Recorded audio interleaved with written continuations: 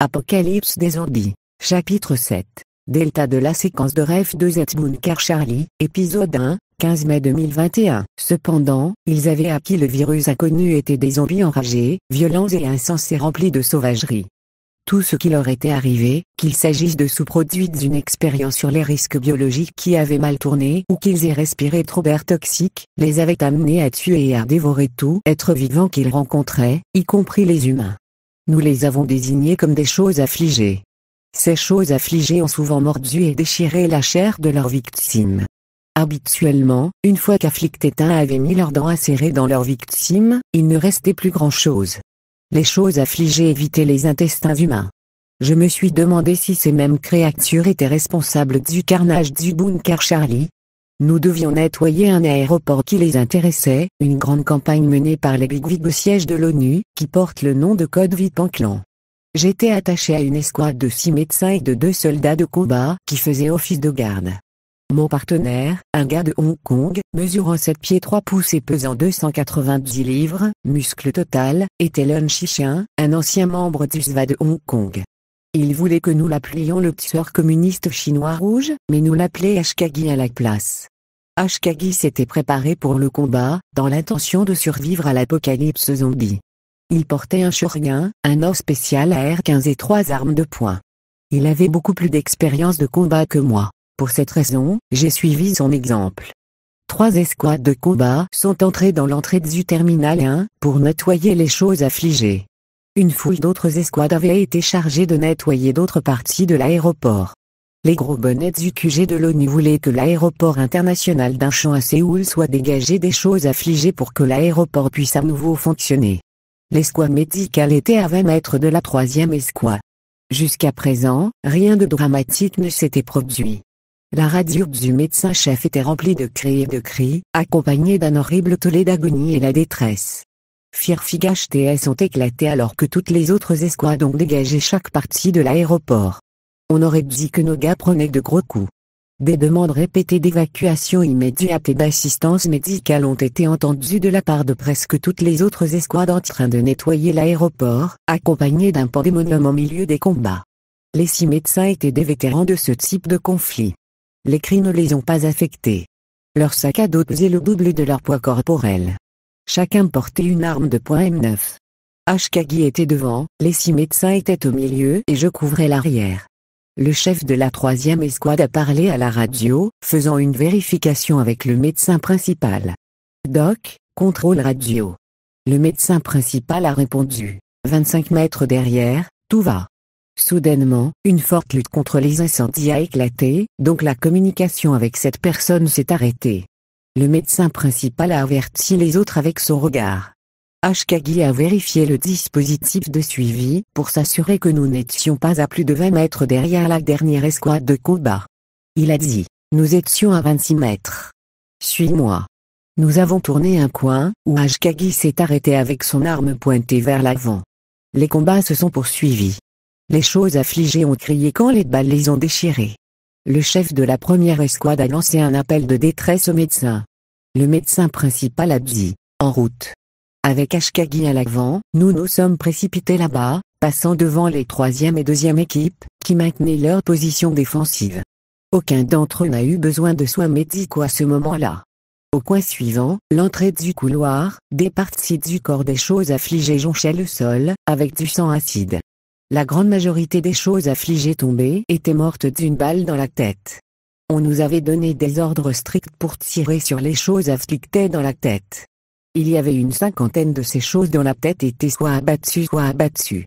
Leur corps était nu. Leur front était marqué par de très grosses veines.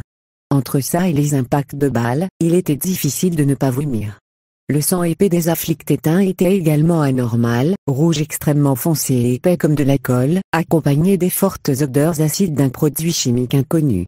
J'étais presque sûr que ces choses affligées et les autres choses affligées étaient le produit final d'une expérience bio-dangereuse devenue folle, ou bien une expérience qui avait donné des résultats favorables aux scientifiques fous nord-coréens, comme ils l'avaient espéré. Quoi qu'il en soit, les 3 escouades de combat, entre autres, avaient été mandatées pour tuer à vue sans faute. Être mordu par l'une des choses affligées était une mort garantie. Nous avons atteint la première équipe. L'un des soldats avait été mordu au cou avec un gros morceau de chair manquant, exposant les veines et les tissus à peu. Ce qui aidait le soldat faisait très attention de ne pas toucher son sang. Le médecin principal a évalué le soldat, puis a dit à tout le monde de revenir. Le soldat était mort, mais son corps tremblait dans toutes les directions. Le médecin principal a fait signe à Ashkagi de lui tirer une balle dans la tête. Au moment même où Ashkagi a levé son fusil de chasse pour continuer, le chef de la première équipe l'a plaqué. Les deux ont commencé à se battre avec les autres qui regardaient. Les deux se remirent sur pied. Le chef de la première équipe a crié « Vous ne lui tirez pas la tête ». Ashkagi a poussé son adversaire contre un mur, agitant son doigt dans son visage. La taille du premier chef d'escouade était d'environ 5,6 et Ashkagi dépassait largement les 7,5. Une fois que le plus petit a réalisé qu'il serait inutile d'essayer de se battre contre son ennemi, il a sorti son arme de poing et l'a pointée directement sur le visage de Ashkagi. Le médecin principal a crié « Enlevez votre arme de son visage, ou vous serez confronté à la cour martiale ». Le chef de la première escouade a utilisé sa main gauche pour sortir sa deuxième arme de poing qu'il a pointée directement sur la tête du médecin principal. Tout le monde resta immobile et regarda. Il a crié « Voyons comment tu aimes te faire tirer la tête ». Le médecin principal a crié « Ce type d'infraction vous fera pendre ».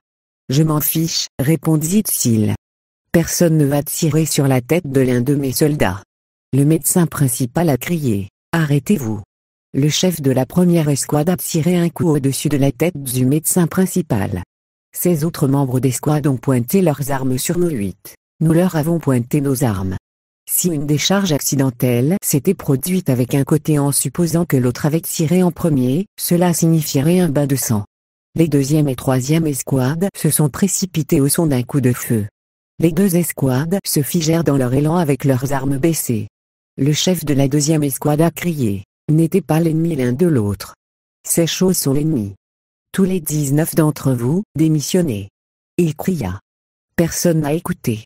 Qui serait le premier à craquer sous la pression? Vous tous, démissionnez, ou je vais personnellement escorter chacun d'entre vous pour être traduit en cour martiale, a averti le chef de la deuxième escouade. Tous les 19 sont restés inébranlables, les armes levées. Personne n'a répondu. Les deux parties ont prétendu avoir raison. Aucune des deux parties ne faisait confiance à l'autre. Les soldats des deuxième et troisième escouades ont regardé les yeux grands ouverts, craignant une décharge accidentelle, qui à son tour entraînerait une fusillade totale. Sans avertissement, le corps du soldat mort a tremblé, même si elle était morte depuis plus de 20 minutes et n'avait pas non plus respiré depuis 20 minutes. Notre attention s'est tournée vers le soldat mort. Le cadavre se tordit plus agressivement alors qu'il criait horriblement. Puis il est redevenu mort. Les contractions ont cessé. Puis ses yeux s'écarquillèrent et il gémit bruyamment. Ses globes oculaires roulaient vers l'arrière. Bien que son cou manquait d'un morceau de chair avec les veines arrachées et pendant dans l'air, le cadavre a été réanimé. Il se redressa et devint l'un d'entre eux, l'une des choses affligées, et son besoin primordial de se nourrir de chair chaude s'installa. Il se prépara à venir pour nous. Le chef de la première escouade a tiré les 54 coups des deux armes de poing sur sa tête. Des particules de cerveau éclaboussaient partout. D'autres membres de la première escouade lui ont tiré dans le cou jusqu'à ce qu'il soit complètement décapité, puis tout feu a cessé. Tout le monde a obéi à l'ordre de se retirer. Aussitôt, les 6 médecins ont commencé à effectuer des évaluations complètes des autres soldats. Ashkagi et le chef de la première équipe étaient assis l'un à côté de l'autre en silence, la tête en sueur baissée. Une fois que les médecins ont vérifié qu'il n'y avait aucune marque de morsure sur aucun des soldats, le médecin principal a suggéré que nous retombions tous pour nous regrouper. Apocalypse des zombies. Chapitre 7. Delta de la séquence de rêve de Zbunkar Charlie, épisode 1, 15 mai 2021. Cependant, ils avaient appris le virus inconnu était des zombies enragés, violents et insensés remplis de sauvagerie.